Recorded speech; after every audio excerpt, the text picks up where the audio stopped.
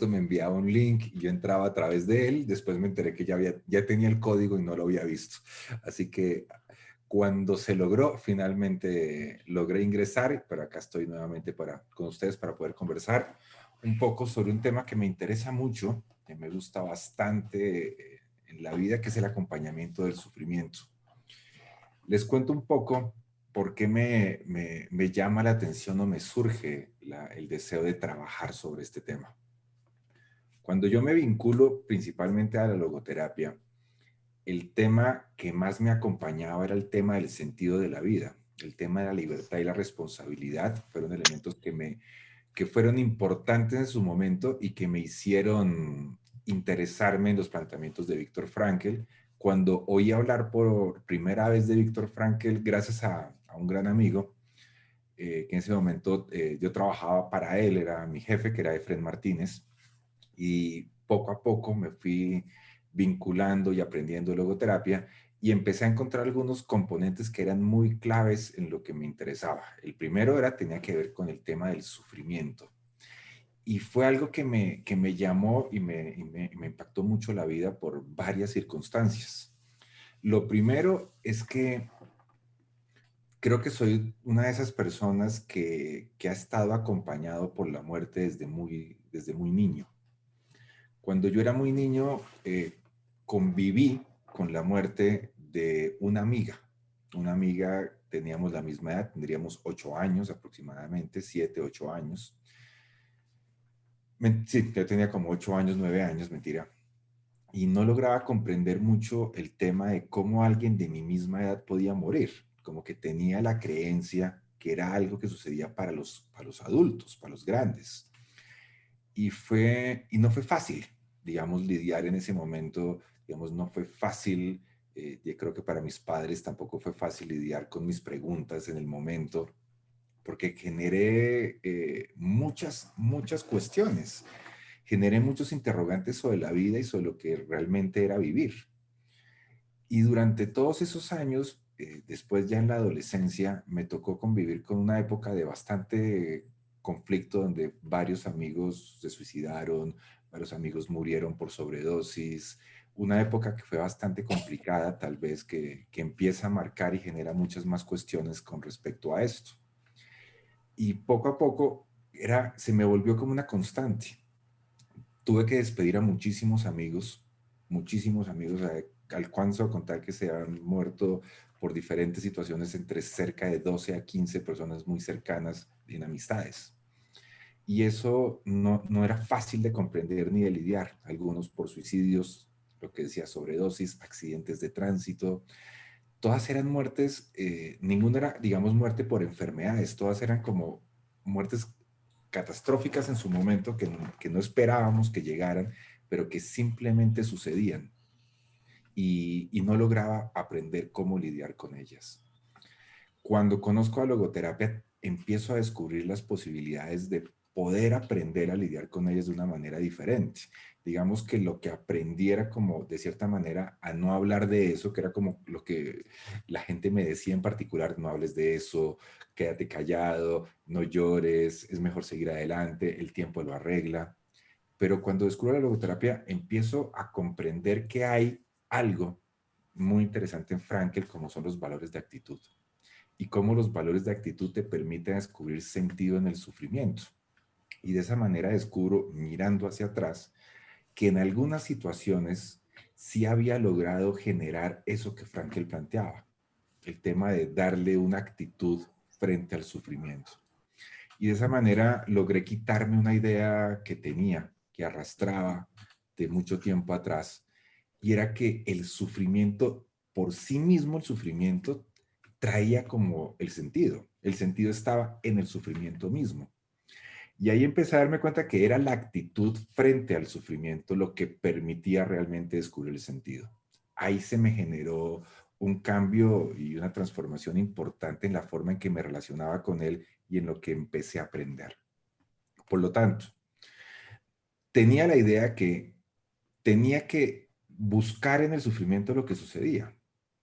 Y hay veces que uno decía, hay cosas que duelen tanto que no debieron haber pasado, que no entiendo cómo me invitan a que en algo malo encuentre sentido. Se me volvía como una pelea constante, y una pelea que no lograba comprender. Este cambio de la actitud, esta postura de Frankel, de cómo la dimensión espiritual tiene esa virtud de afrontar, de hacer frente a lo que nos está sucediendo, fue algo que a mí realmente me llamó mucho la atención y me llevó cada vez a profundizar mucho más sobre el tema del sufrimiento, que se volvió uno de mis temas a revisar, ¿no? Juan Pablo, ¿se puede Ajá, levantar un poco el volumen? claro que sí. Podría hablar un poco más duro. Voy a revisar si le puedo subir aquí al micrófono y de esa manera, sí, es que está muy bajo el volumen del micrófono. Listo. Entonces, Bien. volviendo al tema, ahí descubro que se me vuelven unos temas claves en cómo afrontar la vida y cómo vivirla. Después de eso, otras situaciones me llevan a seguir reflexionando sobre el tema, pero principalmente empiezo a buscar caminos para poder, de cierta manera, comprender la experiencia del sufrimiento. Y lo que busqué, de cierta manera, era hacerme una especie de trabajo usando el método fenomenológico de Husserl, de intentar comprender mi experiencia que había durado durante muchos años, más la experiencia que estaba conociendo de mis pacientes, pudiendo llegar a ver qué era lo que sucedía realmente con la experiencia de sufrimiento, qué era sufrir como tal, porque el sufrimiento es una experiencia que es humana, a diferencia de los demás seres vivos, porque en el sufrimiento hay un componente biológico, hay un componente psicológico, pero uno de los elementos claves es el sufrimiento espiritual que tendría que ser con la pérdida de sentido. Y ahí es donde de cierta manera empecé a profundizar, a investigar, a leer y empecé a encontrar algunas cosas muy interesantes en los planteamientos de Martin Heidegger, que me empezó a llamar muchísimo la atención. Entonces voy a empezar a hablar de esto que empecé a analizar, cómo lo fui, digamos, organizando. Lo primero, Heidegger nos propone, de cierta manera, que somos un Dasein, es decir, un ser que está constantemente en la construcción de un mundo que habitamos como tal. O sea, yo habito un mundo que he co-creado en mis relaciones con el mundo. De esa manera nos encontramos con ese planteamiento de que el ser en el mundo, esa palabra, esa clave, digamos, de Heidegger, donde nos plantea que el ser construye el mundo que cohabita, por lo tanto, si el mundo cambia, el ser cambia, el mundo cambia. Y darle una importancia en analizar qué era la palabra en del ser en el mundo. Y de esa manera encontramos en la obra de Ser y Tiempo una idea que se llama la disposición afectiva en Martin Heidegger. Martin Heidegger nos dice que la forma en que habitamos el mundo se relaciona con la disposición afectiva, es decir, habitar el mundo de una manera afectiva y emocional. Eso me lleva a diferenciar precisamente digamos, vamos a diferenciar dos palabras, la palabra casa de la palabra hogar, para que podamos comprender un poco más allá de esto. Cuando hablamos de la palabra casa, estamos hablando de un espacio físico, un espacio con paredes, con un techo, con un suelo, ¿cierto? Donde existen muebles, donde tenemos sillas, sofás, diferentes tipos de cosas. Y cuando hablamos de habitar, cuando hablamos de la disposición afectiva en Heidegger, lo que estamos planteando es que el ser habita el mundo, está en el mundo como habitándolo. La habitación, el habitar el mundo, no es lo mismo que una silla dentro de una casa, porque esa es una, digamos, una relación de espacialidad de estar dentro de una casa. Pero es muy diferente, y me gusta plantear esto, y es la diferencia entre cuando yo tengo mi casa y contrato, por decir algo, a un diseñador de interiores para que diseñe mi casa. Cuando esa persona la diseña, yo puedo llegar y puedo no sentir la mía, no puedo sentir la propia, ¿cierto? porque ha sido de cierta manera organizada por otra persona. A diferencia de cuando yo voy poco a poco convirtiendo esa casa, ese lugar físico, en algo propio habitado, donde yo siento que habito es mi hogar. Lo que habito es mi hogar, el espacio donde yo me siento como propio, como mi lugar, mi espacio, donde me siento, llamamos muchas veces como el sitio donde puedo sentirme que yo habito y puedo expresarme, donde encuentro mis posibilidades. ¿Cómo podemos llevar eso precisamente a la idea de el ser en el mundo como relacionalidad y construcción de mundo? Veámoslo de esta manera. Desde la idea de Husserl y de Martin Heidegger del ser en el mundo y la intencionalidad de la conciencia, precisamente en el filósofo o en el matemático de Moravia, planteamos que somos relacionalidad, somos relación. Por lo tanto, yo todo el tiempo estoy siendo relación con el mundo. Cuando yo planteo que somos relación, no solamente hablamos de relaciones personales, sino relaciones también con todo lo que hay a mi alrededor. La temperatura, la silla que tengo atrás, en este momento un computador que tengo al frente, mi relación con el clima, la condición sociopolítica, las personas, los animales, las instituciones.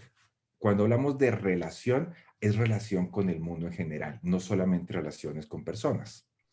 En esa relacionalidad hay varios elementos que son importantes para tener en cuenta. Me gusta hablar de algo que llamamos situación. Las situaciones es aquello que es todo lo que me sucede a mi alrededor. Todas las cosas que se generan a mi alrededor las podríamos llamar situaciones. Pero algunas de esas situaciones llaman mi atención como persona y a ellas dirijo la intencionalidad de mi conciencia, a ellas dirijo mi conciencia. Pensemos en la conciencia como una luz potente que ilumina el mundo y lo que está fuera de esa luz potente vendría siendo lo no consciente. Cuando yo ilumino ese mundo y pongo esa relación, me hago relación con eso, con esas situaciones, empiezo a generar o aparece, surge algo que llamaríamos la experiencia. La experiencia es algo que estoy experimentando, algo que estoy en ese momento viviendo, digamos, en un aquí y en ahora. El asunto es que esas experiencias, cuando finalizan, dejan una especie, digámoslo, de aprendizaje. A mí me gusta usar un concepto diferente al que plantea Ernesto Spinelli. Ernesto Spinelli desde Londres, un italiano radicado en Londres, nos habla precisamente de la sedimentación. La sedimentación es un concepto que él utiliza que saca un poco de la biología. No sé si se acuerdan ese experimento que usábamos, poníamos agua como en un frasco, le dábamos vueltas y lo que quedaba en el fondo es el sedimento. Por lo tanto, las experiencias dejan algo en nosotros y a mí me gusta, en vez de llamarlo sedimento, el sedimento que utiliza Ernesto Spinelli, me gusta más llamarlo vivencia, porque la vivencia es el aprendizaje y aquello que queda en esa relacionalidad. Esa vivencia nos deja a nosotros como personas una forma de relacionarnos y de abrirnos al mundo, de la forma en que nos abrimos y nos relacionamos con el mundo, porque implica una forma de sentir, de emoción, de significados, de sentidos, porque son diferentes el sentido y los significados, genera también una actitud frente a la vida y me genera, de cierta manera, me modifica también los lentes con los que yo veo el mundo. Por lo tanto, las vivencias son aquellas que nos hacen relacionarnos con el mundo de una manera mucho más propia y personal. ¿Qué sucede con esas relaciones y con esas experiencias? En esas experiencias yo puedo descubrir significados y puedo descubrir sentidos que son diferentes. Los significados se quedan plenamente en el tema de las interpretaciones. Es algo mucho más racional y mucho más cognitivo, que está dado principalmente por la valoración. La valoración tiene que ver con el acercarme, el alejarme, con la emocionalidad, con la dimensión afectiva del ser humano.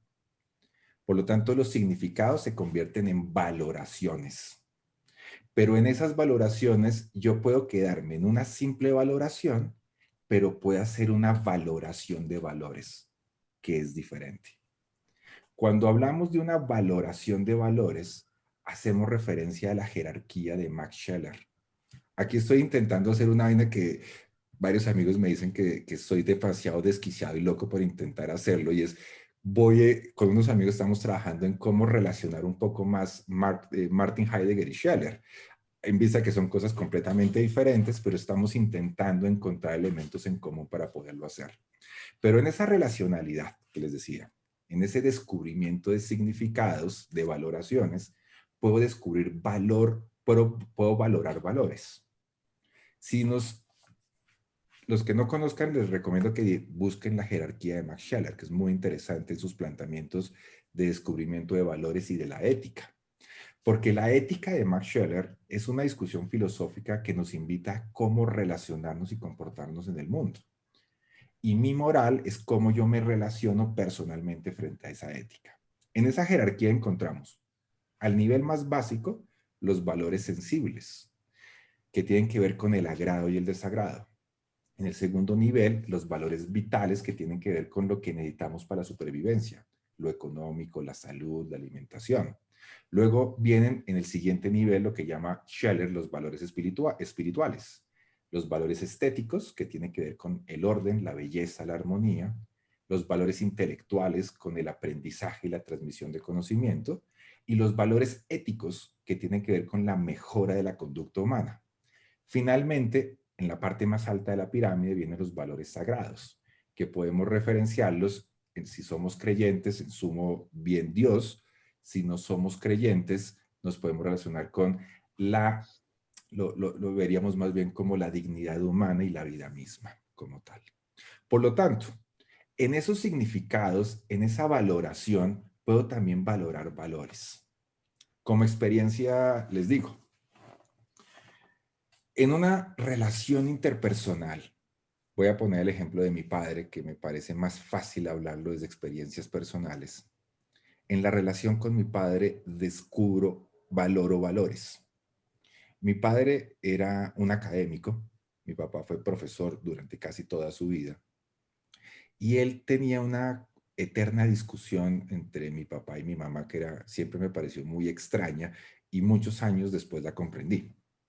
Y era que mi papá era profesor los días sábados en una universidad, aquí en Bogotá. Entonces él decía, toda la semana trabajando y los sábados le tocaba ir a dictar clases, y a veces decía, ay, me tengo que ir a dictar clases. Y mi mamá decía, pero ¿para qué acepta dictar clases si le pagan bien mal? Y él dice, no importa, lo disfruto demasiado, ¿no? Porque no era el tema de la plata, era un valor que se relacionaba con transmitir conocimiento. Y muchos años después termino yo como docente, y comprendo precisamente eso, que el hecho de pararse, compartir, transmitir conocimiento, es un valor que va mucho más allá del simplemente del tema económico. Y comprendo la diferencia ahí del significado y el sentido. Si nos quedamos solamente en un simple significado de la docencia, es una valoración que puede terminar siendo en algo económico, que me puede dar poder, voluntad de poder en Frankel, o me puede dar sencillamente algo para ponerme por encima de la gente porque soy docente. Y se viene ese elemento diferencial, que cuando es una valoración de valores. Porque cuando yo valoro valores, puedo descubrir los valores intelectuales como el aprendizaje y la transmisión de conocimiento, que es mucho más, digamos, que genera una experiencia diferente que una simple valoración de un oficio. Entonces, ahí podemos ver la diferencia entre una relación de significado y una relación de sentido. ¿Listo? Por lo tanto, en esas experiencias estamos constantemente construyendo relaciones. Relaciones de significados y relaciones de sentido. Algunas relaciones pueden ser mucho más impactantes, pueden ser mucho más grande la experiencia de sentido, algunas pueden ser más pequeñas, algunas pueden ser más profundas, algunas pueden ser más extendidas en el tiempo, pero cada vez que yo encuentro una relación, cada vez que yo descubro una relación nueva o tomo una decisión construyendo un nuevo camino de relación, lo que hago es construir una especie como de entramado de relaciones. Entonces, veamos. Cada vez que yo encuentro a alguien, digamos, en este momento tengo la experiencia con ustedes de lo que estamos compartiendo hoy día domingo. Eso es una relación para mí de sentido. Pero hace 30 minutos, 40 minutos, estaba en National Geographic viendo un documental sobre las ciudades mayas, que me estaba pareciendo espectacular. Era otra relación de sentido, también importante. Pero hace 3 horas, 2 horas, estaba tomando café. Y cuando tomo café, estoy compartiéndole café a unos amistades. Esa también es otra relación de sentido. Entonces, todo el tiempo estamos construyendo relaciones de sentido, desde que empezamos la vida hasta este momento presente. Eso se convierte en una especie de entramado, véanlo como una telaraña de comunicaciones. Cada vez que tomo una decisión, cada vez que tengo un encuentro, ese entramado cambia. Y ese entramado de relaciones se relaciona con eso que llamamos el mundo o mi mundo, el mundo que estoy co-construyendo con el mundo. Pero ese mundo tiene algo particular. ¿Se acuerdan que les decía que era diferente la casa del hogar? Porque ese mundo que estoy construyendo tiene cierto tipo de organización que hace que yo lo experimente como propio, como mi mundo. Por lo tanto, el mundo es un entramado de relaciones de significado y de sentidos, pero que además tiene una organización que me permite experimentarlo como propio, como mío, como un sitio que yo conozco, como un sitio donde, digamos de cierta manera, se va reduciendo la idea esa de la imprevisibilidad de la vida. Porque al sentirlo propio, no lo siento ajeno ni extraño y como que siento hacia dónde voy. ¿Hasta ahí vamos? ¿Qué sucede? Ese mundo que yo habito, que lo siento como propio, se relaciona con una idea o un concepto que tiene diferentes formas de comprenderlo, que se llama la identidad.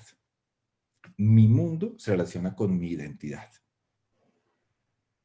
Esa es una idea que vengo trabajando desde hace algunos años y encontré una forma de explicarlo fácil, digamos de una manera más sencilla, desde las ideas del biólogo chileno Humberto Maturana.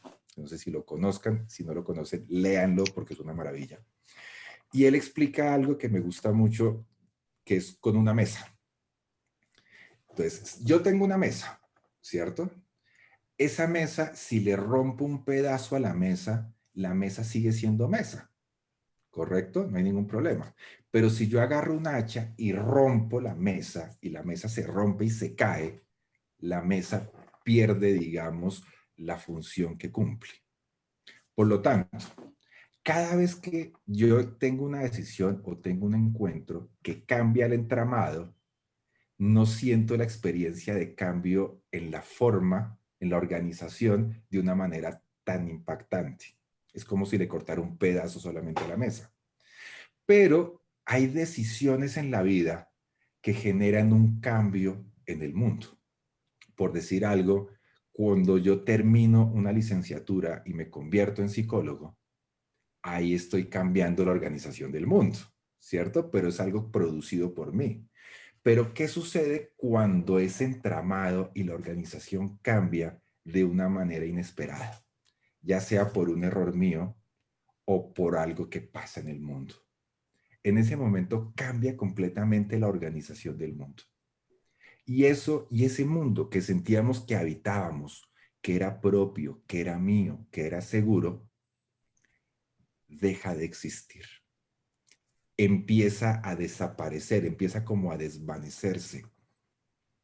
Y en ese momento surge otro mundo, un nuevo mundo que yo lo siento ajeno, porque no era el mundo que yo quería. Por eso cuando me enfrento al sufrimiento y me hacen preguntas como, ¿qué quieres hacer? Yo les digo, quiero volver atrás, quiero que todo sea como antes, porque cambió la organización del mundo que yo sentía propio. Heidegger también nos propone que cuando el ser en el mundo es atacado o es afectado, esa disposición afectiva tiende a cerrarse. ¿Para qué? Para reorganizarse, para poderse volver a, adueñarse del mundo. Pero cuando se cierra esa disposición afectiva, no puedo habitar el mundo, porque habitar el mundo es algo afectivo. Es muy diferente habitar el mundo a estar frente al mundo, a ser un observador del mundo, que es algo mucho más, digamos, cognitivo, racional. Cuando me enfrento al sufrimiento y tengo una pérdida, desaparece un mundo.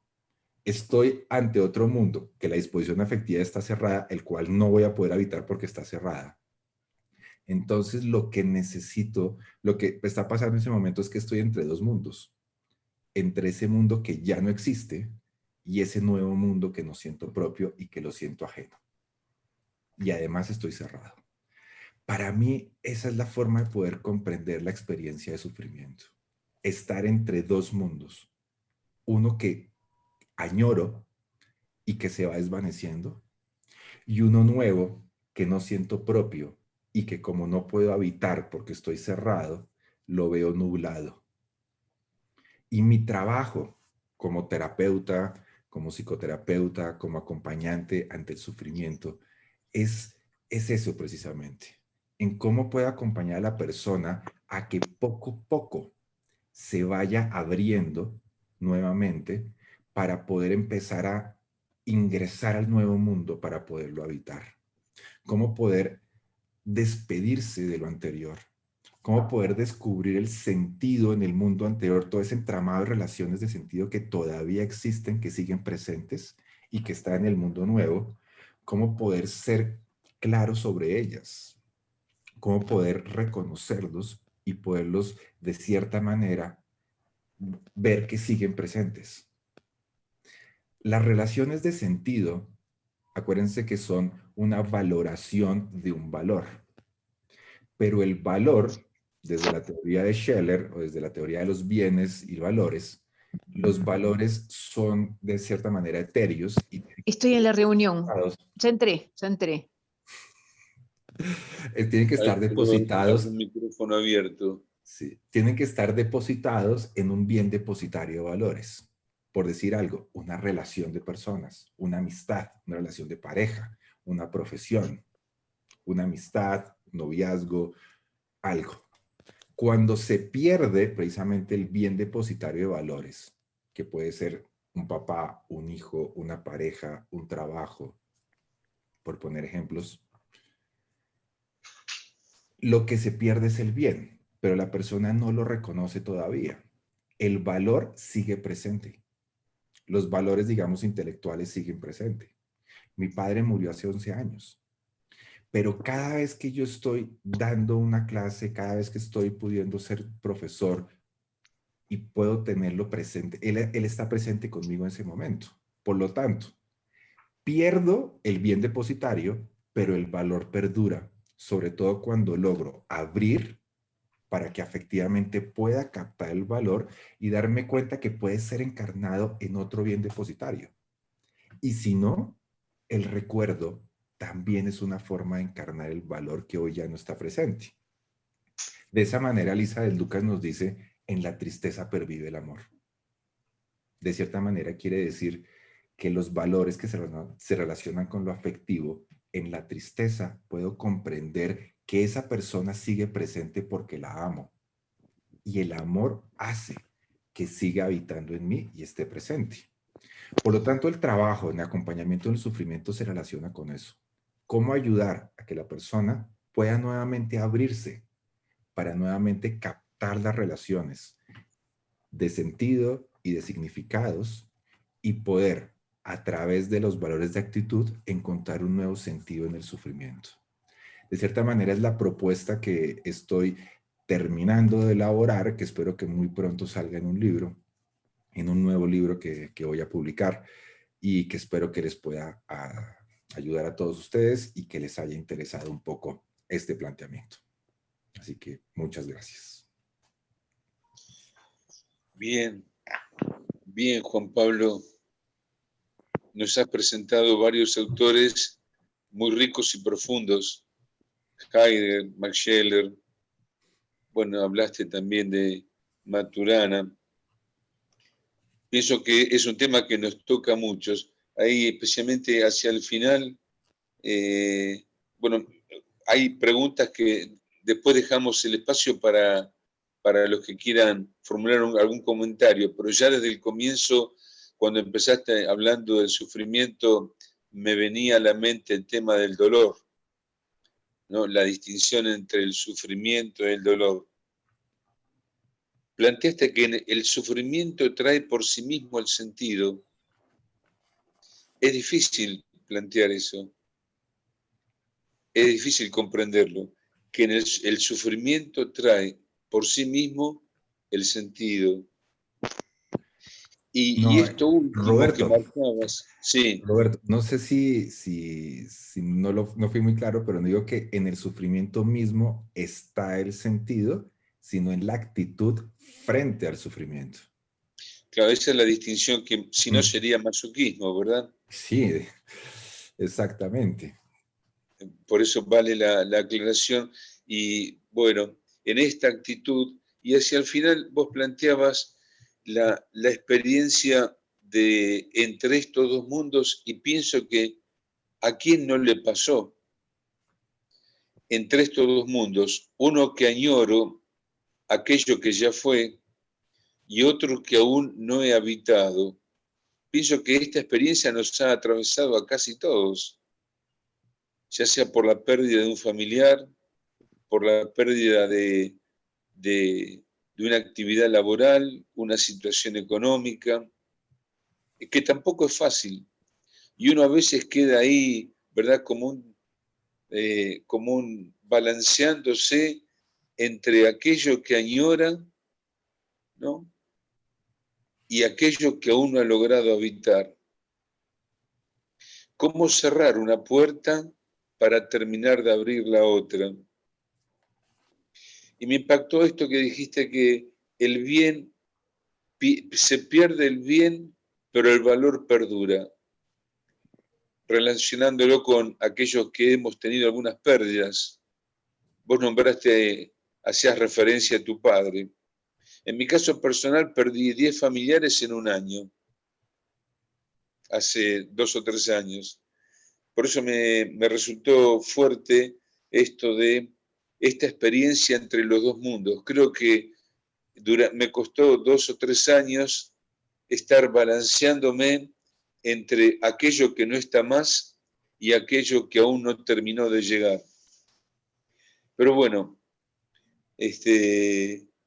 vamos a dejar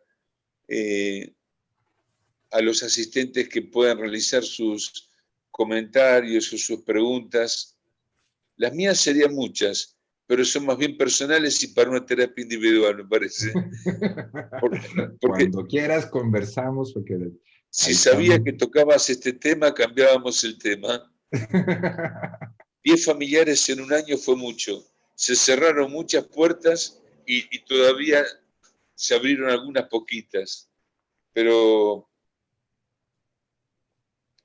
si yo en este año, estamos en proceso. En este año que llevamos, llevo 4 amigos cercanos. Que han partido. Sí, y ninguno por COVID. Bien. Bueno, creo que nos dejó pensando a todos, Juan Pablo. Con su tranquilidad y con su voz serena, nos llenó de ideas que nos tocaron en lo profundo. No sé si alguien quiere hacer alguna pregunta.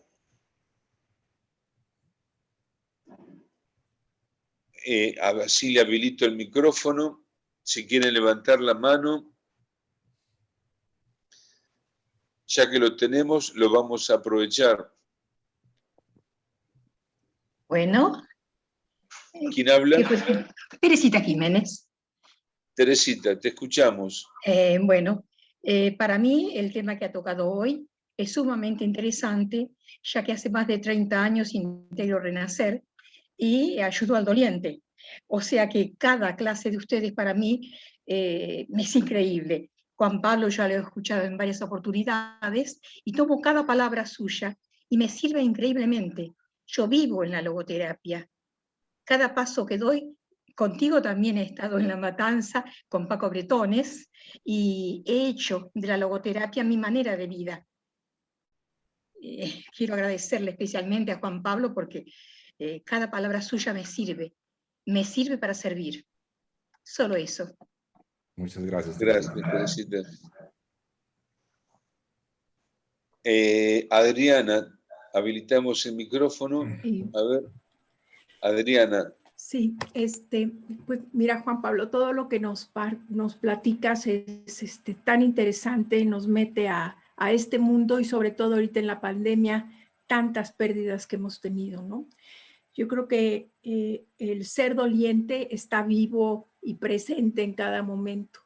Y por eso el duelo es dolor, ¿sí? Y por eso en la muerte tenemos que pasar estas etapas de sufrimiento, estas etapas de dolor, esas etapas de ausencia, de esa silla vacía que nadie va a poder ocupar jamás, ¿sí?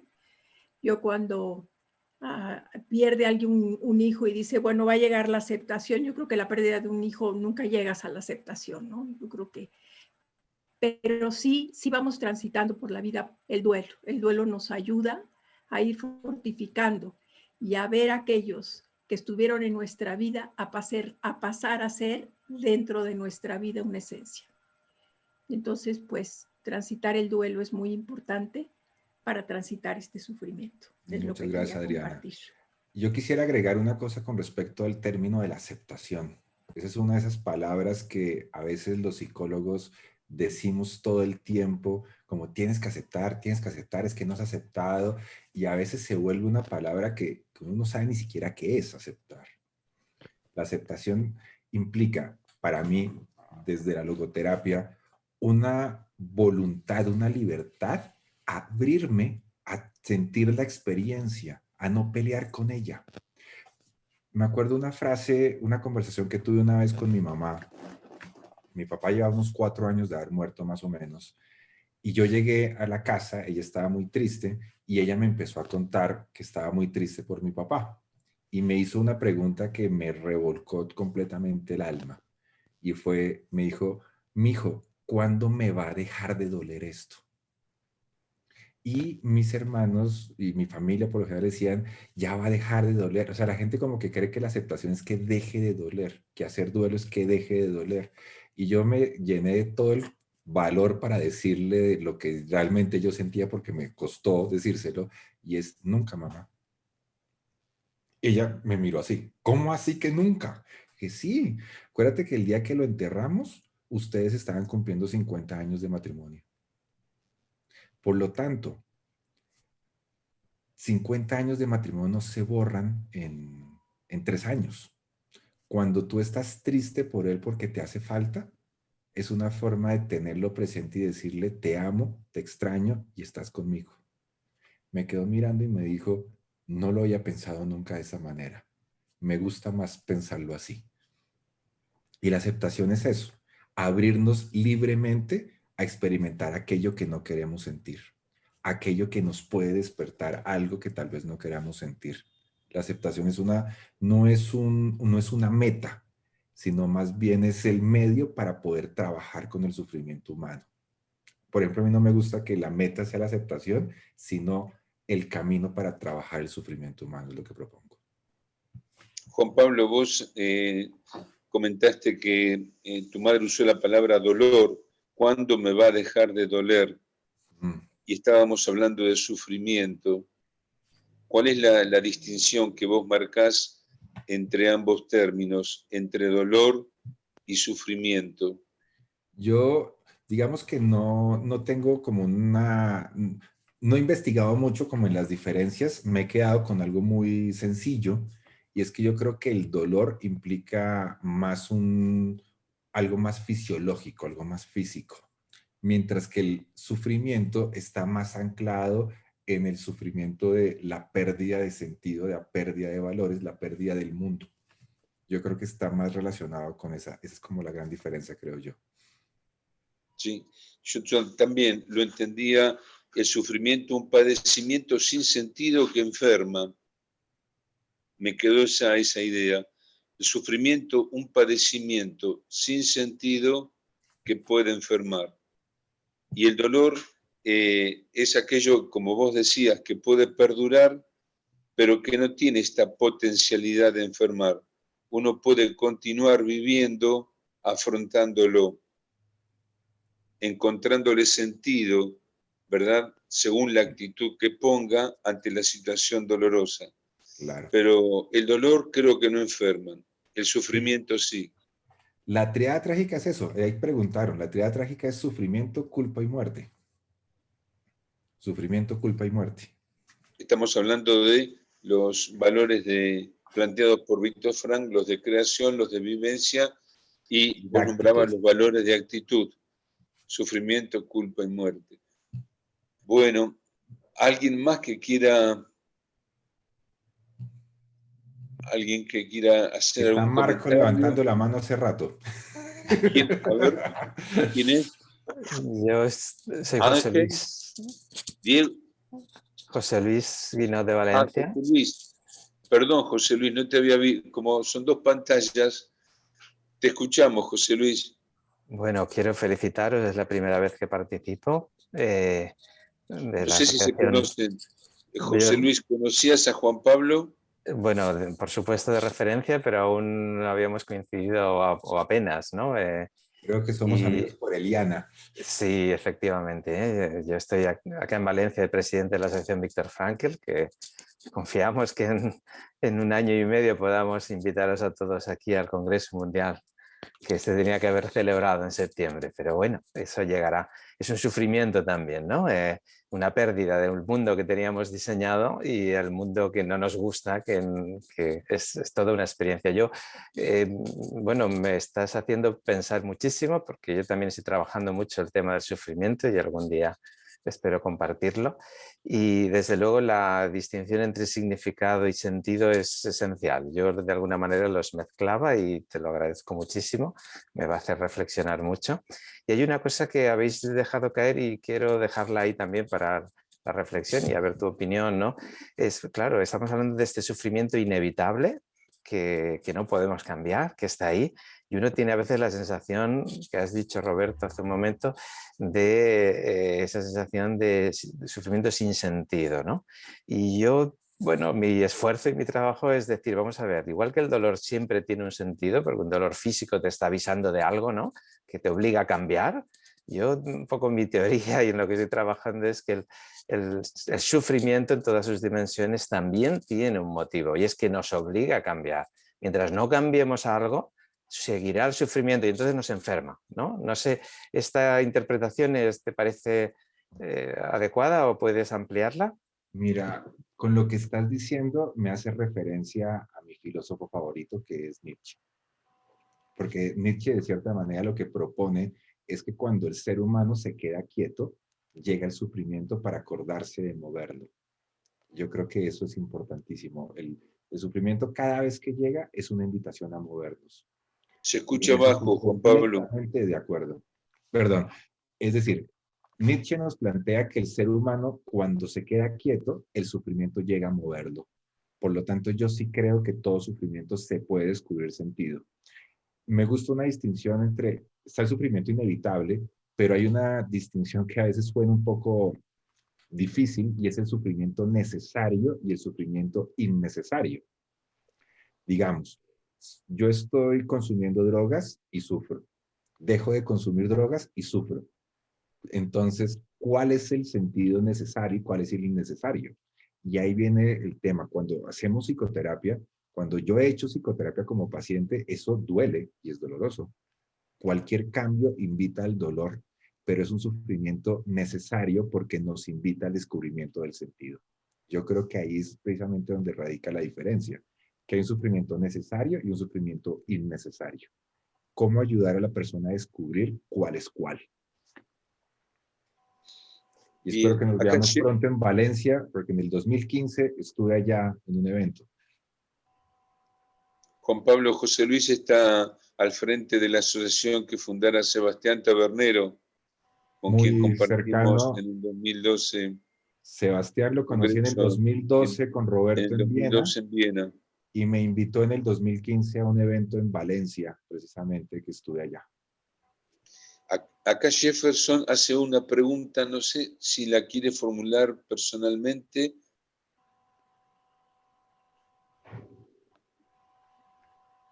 Habilitamos el micrófono. Después quería hacer una Jefferson. pregunta, Roberto, Sí. que hay una persona que lleva rato levantando la mano, que es Marco. Marcos. A ver. ¿Cómo estás, Juan Pablo? Mucho gusto, muy interesante, muy interpelante tu posición. Acá. La pregunta sería la siguiente. Para pasar de un mundo al otro, es necesario crear todo un margen de incertidumbre, como que es un acompañante permanente la incertidumbre en la existencia humana. ¿Eso se agrega al sufrimiento? ¿Es parte de él? ¿Es un ingrediente acompañante? ¿Cómo lo ves tú? Bueno, yo te diría que cuando la persona vuelve nuevamente a abrirse al mundo, va nuevamente a surgir la incertidumbre. Aunque la incertidumbre ya está por sí, el solo hecho de ser ser humano, va a existir la incertidumbre. Pero la incertidumbre de pronto puede volverse en algunos momentos un poco más notoria, digamos, se eleva más, porque al abrirse emocionalmente, la emocionalidad va a cambiar los volúmenes, o digamos, el eco que genera en cada persona. Por lo tanto, yo creo que la incertidumbre por momentos aumentará, por momentos disminuirá, pero no creo que la incertidumbre se relacione con el sufrimiento. Porque el sufrimiento vendría siendo más bien una experiencia de estar entre los dos mundos, mientras que la incertidumbre es una experiencia humana que nos invita a movernos, porque se relaciona con la angustia y la toma de decisiones frente a lo imprevisible. Entonces no creo que aumente el sufrimiento. Muchas gracias, muy claro. Con mucho gusto. Bien. Jefferson quería hacer una pregunta, no sé si la quieres hacer.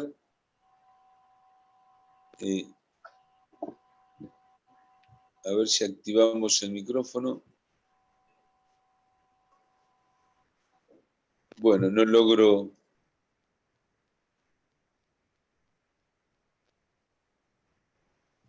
Bueno, no logro abrir el micrófono de Jefferson. ¿Alguien más quiere hacer un comentario? Aquí tiene levantada la mano, yo veo a Facundo Rodríguez. ¿Correcto? Sí. Facundo Rodríguez.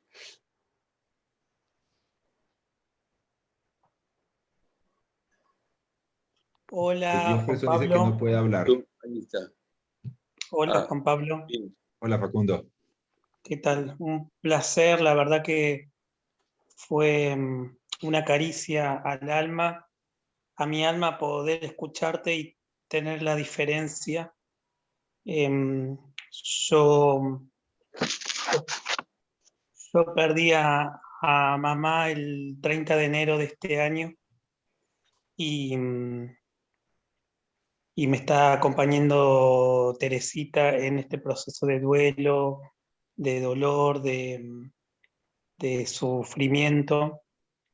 Y, y todos los días yo me levanto pensando que estoy en ese mundo que vos hablabas y hacías referencia y no quiero pasar a este mundo nuevo que estoy viviendo. Entonces, todo esto me genera un gran dolor y todo ese traspaso es muy duro.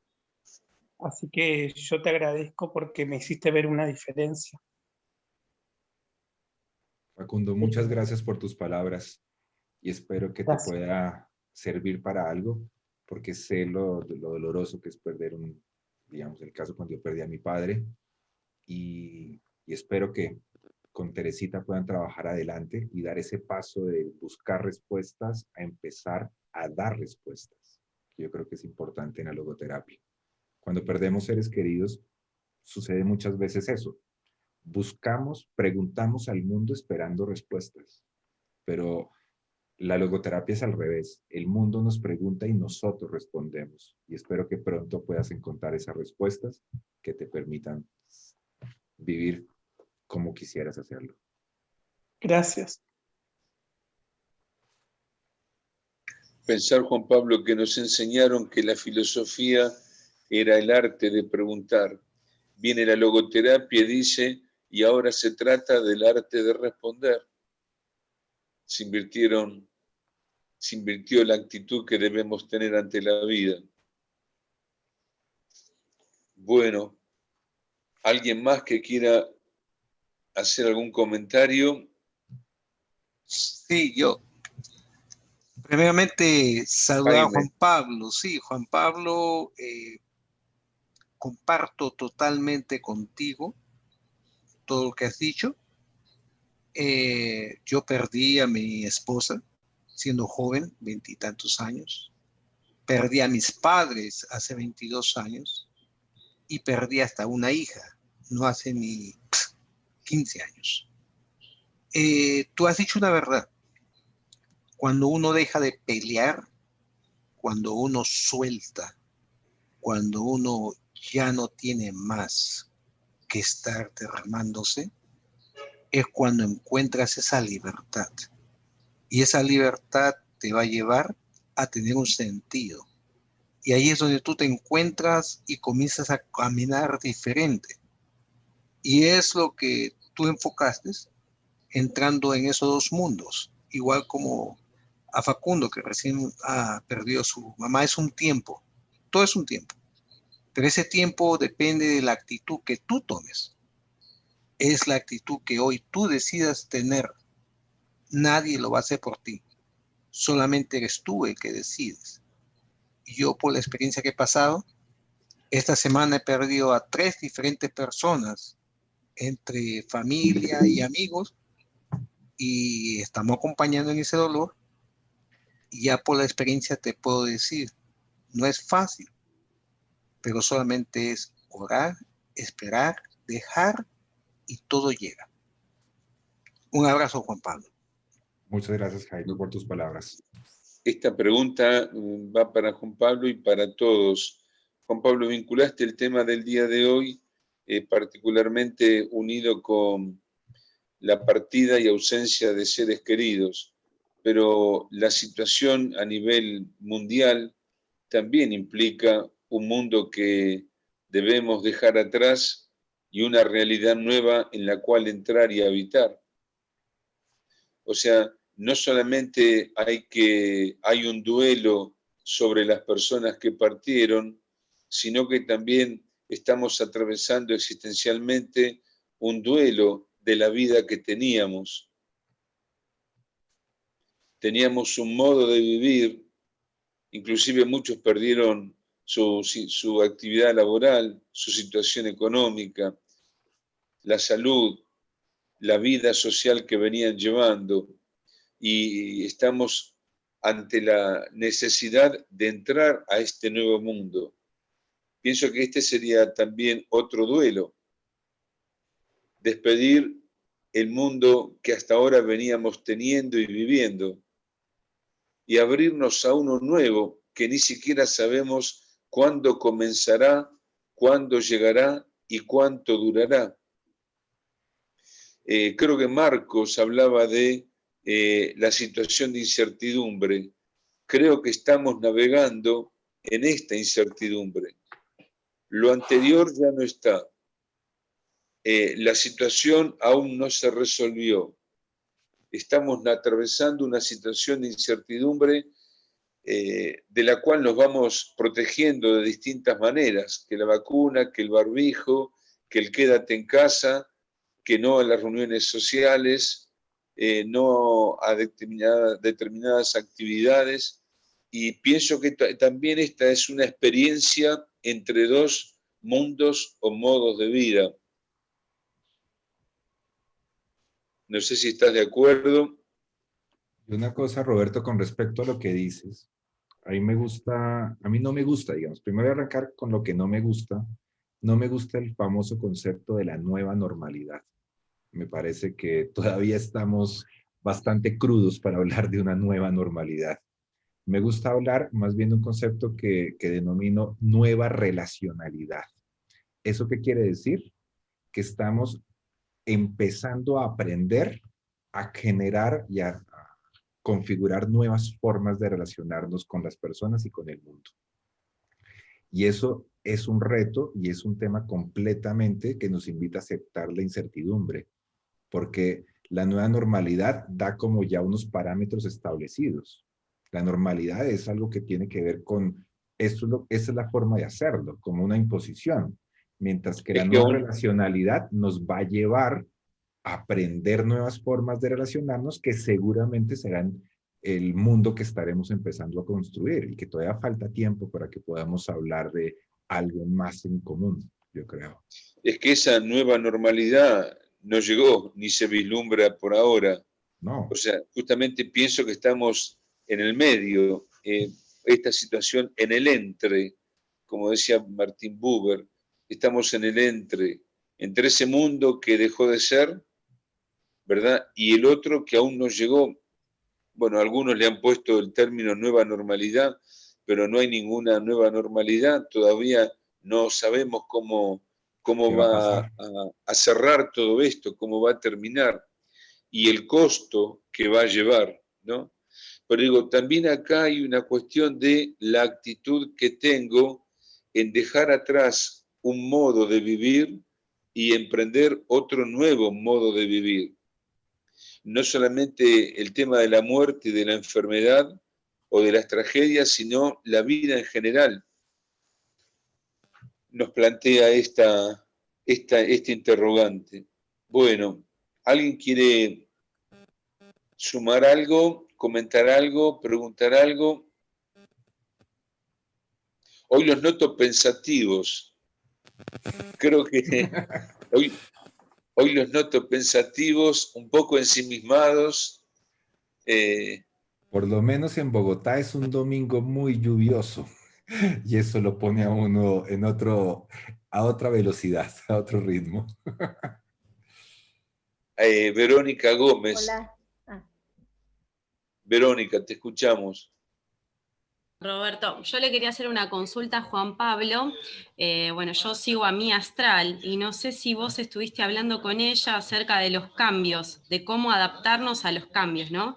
Que Sí. tiene que ver con esto que también decís vos, creo que comentabas acerca de un cambio de una carrera tuya, ¿no? De animarse a cambiar. A veces uno está en esa zona de confort muy tranquilo y bueno, justamente la vida te invita a cambiar. Y seguir esas señales, ¿no? Que también habla Frankl. No sé si sos vos exactamente el que estuvo con Mía. Ah, soy perfecto. El mismo. Sí, ella fue Genial. estudiante de Mía. Ella estudió ella se está empezando a acercar a la Se logoterapia. está formando, sí. Sí, y está estudiando con nosotros logoterapia. Perfecto. Sí, y sí, tengo un en vivo con ella y unas clases también. Genial. Sí, yo la sigo porque, bueno, nada, también me interesa mucho ese tema. M. Salas levantó la mano y eso. María Elena. No, Sí. ¿quién? Hola, Mariana soy. Mariana, ¿dónde estás, Mariana? A ver, te escuchamos. Bueno, primero quería agradecer, es la primera vez que participo en estas reuniones, no sé mucho de logoterapia y me intrigaba en este contexto de todo lo que fueron compartiendo. Mi mirada es desde la educación, en la actividad en la que estoy trabajando, cómo interpreta cualquiera de todos los profesionales que participó, aparte de Juan Pablo, el tema del miedo y también el tema del enojo en esto del pasaje, ¿no? Sé que son temones inmensos, o lo supongo, digo, de los precarios conocimientos psicológicos que tengo, pero cómo lo visualizan, porque por lo menos yo en el terreno de la educación, en la Argentina, en Buenos Aires particularmente donde lo vivo, lo padecemos mucho, ¿no? Ni hablar que, bueno, con esta situación de la pandemia, esto hay mucho enfrentamiento, digo, en lo que hace a lo colectivo, a lo común. Bueno, no me quiero explayar nada demasiado, pero nada más quería comentar eso, y me había quedado también la duda sobre una autora que nombró Juan Pablo, Elizabeth, no llegué a anotarla. Ah, bien, bien. Bueno, no sé si más o menos se entendió mi inquietud. Bueno, Me parece todo muy interesante. Hay un tema que es importante, y es que las emociones se relacionan con diferentes componentes dependiendo si están a nivel biológico, psicológico o espiritual. Pero si hablamos del sentido, hablemos que las emociones son básicas, son biológicas, están relacionadas principalmente con la supervivencia y el sentido de la vida. Por lo tanto, en 4 emociones básicas: alegría, tristeza, rabia y miedo. Cuando yo estoy en presencia de algo que le da sentido a mi vida, es decir, cuando entro en relación con algo que le da sentido a mi vida, siento alegría. Cuando eso que le da alegría a mi vida y que le da sentido, anticipo hacia el futuro la posibilidad de perderlo, surge el miedo. Cuando eso que le da sentido a mi vida lo pierdo de una manera natural por el desgaste de la vida, siento tristeza. Pero cuando eso que le da sentido a mi vida me lo quitan, me lo roban, me lo arrebatan, siento rabia. Por lo tanto, las emociones se relacionan con la experiencia del sentido. Cuando arrancó la pandemia hace un año, el mayor miedo que yo tenía, lo que más me surgió en ese momento, lo que digamos que resonó en mayor fuerza, era el cuidado a mi mamá, precisamente. Entonces, me cuido para cuidarla. Fueron casi, creo que fueron 3 meses sin verla, por cuidarla. Y no era una tarea difícil, pero era más importante cuidarla a ella. Por lo tanto, las emociones no son ni buenas ni malas, sino que nos hacen resonar con aquello que le da sentido a nuestra existencia, a nivel espiritual, digamos, a nivel de sentido de la vida, y de esa manera podemos identificar qué es lo que está pasando, cuál es la experiencia, si siento que me lo quitaron, si siento que lo perdí, si tengo miedo a perder algo, si estoy en presencia de algo valioso. Entonces son claves por eso. Uh-huh. Cuando un estudiante siente rabia porque no puede ir a clases, es porque siente que le quitaron algo importante, ya sea aprender o el espacio de socialización, o ambos. Sí, sí, sí. Por eso la educación emocional es clave. Totalmente. En el descubrimiento del sentido de la vida. Pero por lo menos acá se vive también con mucha controversia, polémica, y se termina politizando tema. también. Sí, exactamente, exactamente. Muy amable. Como si fuéramos enemigos, no sé.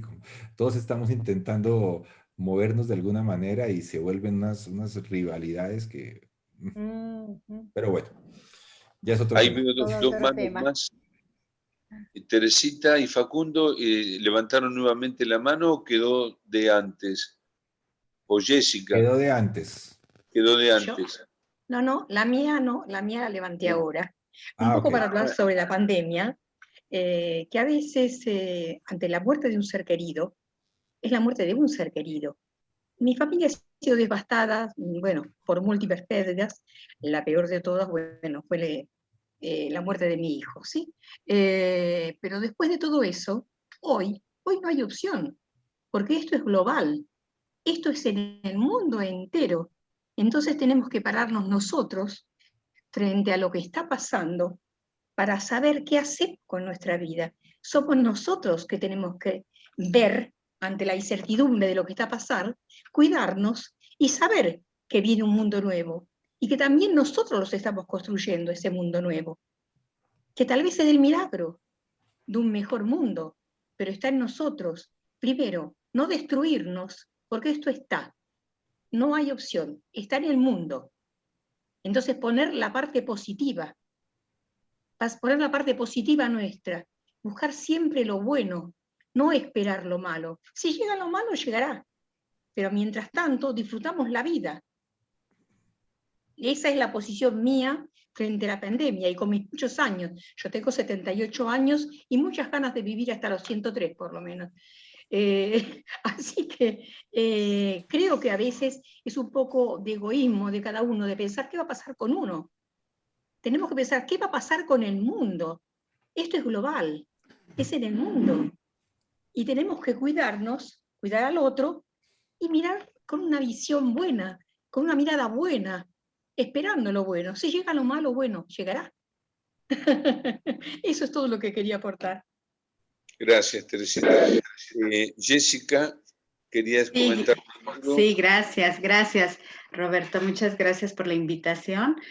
Un abrazo a Facundo, ya te lo mandé por chat, pero un abrazo. Gracias por compartir. Y bueno, a todos, un abrazo. Aquí a Juan Pablo. Un gusto, Juan Pablo, nuevamente encontrarlos. Oye, Juan Pablo, yo tengo por aquí hay una frase, un cliché, que se menciona muchísimo, que dice: el dolor es inevitable, el sufrimiento es opcional. O sea, es como algo que han introyectado y que luego las personas, cuando vienen a nuestras consultas con el sufrimiento, ellos piensan que pueden evitarlo, porque hoy ya dijeron, ya, este botón y ya puedo dejar de sufrir, y no. Entonces, acompañar, aceptar el sufrimiento en situaciones límite, de veras que es un compromiso y una responsabilidad, porque es algo como que, no, el dolor es inevitable, el sufrimiento es opcional. Y ellos de verdad se sienten incomprendidos hasta ellos por sí mismos. O sea, ellos consideran que están mal, que están haciendo las cosas mal, y de verdad que, no sé, ¿tú qué opinas sobre de esta frase? Eso era lo que quería plantear. A mí siempre me ha parecido que es una frase fuera de contexto, que es una frase que descontextualizaron y que la volvieron popular. Y ahí es donde de cierta manera me asusto con esas ideas de lo que me gusta a mí llamar la psicología popular, que es lo que la gente cree que algo es de cierta manera, ¿no? Y eso hace muchísimo daño, porque en una sociedad donde lo más importante es ser feliz, Frankl, en El hombre doliente, decía que cuando él fue a Estados Unidos por primera vez, él sentía que los Estados Unidos era una sociedad que le obligaba a ser feliz, casi como tomarse una foto. Cuando yo me voy a tomar una foto, alguien dice, sonría, y uno sonríe. La sonrisa natural, ¿no? Esa espontánea para la foto, ¿no? Y como que fuera una obligación ser feliz, cuando realmente no lo es. Es casi como, entonces, no sufrir. Es una propuesta no sufrir, porque se considera que si yo sufro, estoy mal, si yo sufro, no es lo adecuado. Y la gente por eso le teme al sufrimiento, y cuando sufre quiere quitárselo a toda costa. Y van a la consulta queriendo que les quiten o les arrebaten sufrimiento, como si fuera a cortar un dedo, digamos, como quitar el apéndice, cuando no. Entonces yo creo que esas frases fuera de contexto son muy peligrosas y muy riesgosas. Bien. Gracias, Juan Pablo. Bueno, ¿quién es? ¿Alguien preguntó? ¿Levantó la mano? Mientras tanto, yo aprovecho y hago publicidad para la gente que no lo conozca en mis podcasts. Bien. Que conozcan mis podcasts, los diarios existenciales. Con esto iríamos después cerrando. Así que presentalos, Juan Pablo. Te escuchamos. Sí, los invito a que conozcan mis podcasts, que llevo ya un año y fue algo que nació gracias a la pandemia, uno de los regalos de la pandemia. Los pueden encontrar en Spotify, están también en Apple Podcasts, se llaman así, Diarios Existenciales. Principalmente el tema es la vida y obra de Viktor Frankl, contextualizada en una época histórica, y algunas, digamos, a veces conversaciones con algún amigo de México, y a veces algunos análisis desde la logoterapia de algunas películas. Así que ojalá las puedan encontrar en Spotify o en Apple Podcasts, Google Podcasts también está, y en otros más, los diarios existenciales. Vos también tenés un material editado con Efraín Martínez y Felipe Miramontes, ¿verdad? Sí, hay muchísimo ahí. Con Felipe hay muchos diálogos con Felipe Miramontes de México, Y con No, me Efrén refiero a textos, libros editados. Ah, también libros. Tengo un libro escrito con Alejandro Salomón Paredes de Perú, que se llama Encontrando y Realizando Sentido, donde la primera parte es una forma dialógica de comprender la antropología frankliana de una manera mucho más aplicada y mucho menos, que a veces siento que es muy rígida la forma en que lo escribió Frankl, y darle mucho más movimiento en la relacionalidad, y también ejercicios de diálogo socrático y ejercicios de método fenomenológico y de cómo trabajar los recursos de autodistanciamiento y autotrascendencia. Con Efrén tenemos un libro que se llama Vivir a la manera existencial, donde trabajamos temas muy clínicos, es mucho más clínico, diagnóstico diferencial, las diferencias entre la depresión endógena, de la neurótica, de la reactiva y de la noógena, cosas así de ese estilo, el enmascaramiento psicológico, el enmascaramiento espiritual, el enmascaramiento antropológico, y también hablamos mucho sobre el cuidado del terapeuta, cómo nos cuidamos a nosotros mismos para poder cuidar a otras personas. Y bueno, y otras participaciones por ahí, en algunas otras partes. Juan Pablo, quería tomar algo que vos contaste acerca de la vivencia de la partida de tu padre, relacionándolo con lo que nos contaba Facundo. Vos dijiste que cada vez que dabas clases, lo recordabas, volver a tenerlo en tu corazón, recordar, volverlo a tener en tu corazón. Y esto va para Facundo, ¿no? El tema de el amor surge de la dimensión espiritual del hombre, es metatemporal y no sujeto a perecer. Los que se fueron siguen estando, como vos dijiste, Juan Pablo, en nuestro corazón a través del amor. La dimensión espiritual es simple y no está determinada a extinguirse, sino a perdurar en el tiempo. Bueno, si quieren leer algo sobre esto, van a encontrar en Platón acerca de lo que perdura en el tiempo, si las cosas simples o complejas, y entre ellas nos encontramos con esta dimensión del amor. Así que, Facundo, los que han partido siguen estando en nuestros corazones, según la experiencia que cada uno ha tenido, aunque físicamente hayamos cerrado la puerta del bien, pero el amor perdura. Bueno, no sé si hay alguna otra pregunta, si no vamos redondeando por el día de hoy. Y bueno, qué casualidad, la semana que viene tenemos un tema casi relacionado con el de hoy. Podríamos haber invertido el orden, porque la semana que viene el doctor Jerónimo Acevedo nos va a hablar sobre el modo humano de enfermar. El modo humano de enfermar. Así que los invito el domingo próximo a las 19 horas.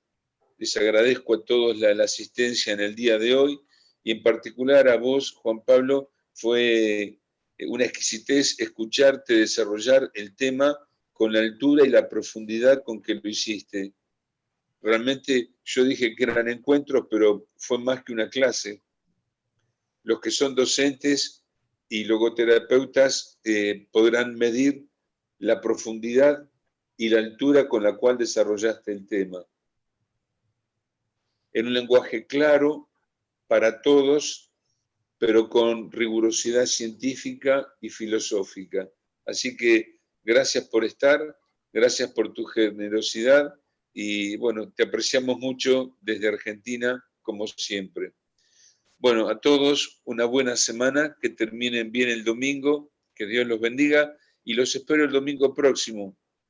Roberto, muchas Hasta gracias luego. por la invitación, y espero que pronto podamos encontrarnos en Buenos Aires y en Valencia en el Congreso Mundial de Valencia, Logoterapia. el año que viene. Allá estaré, y por si acaso una pequeña publicidad, el 27 de marzo tendremos una mesa de diálogo celebrando los 10 años de mi institución, SAPS, con Daniele Brusone, Eliana Ceballos y Felipe Miramontes sobre el futuro de la logoterapia. Muchas gracias. Bueno, éxitos, y nos vemos la semana que viene, Dios mediante. Un saludo a todos. Buenas noches.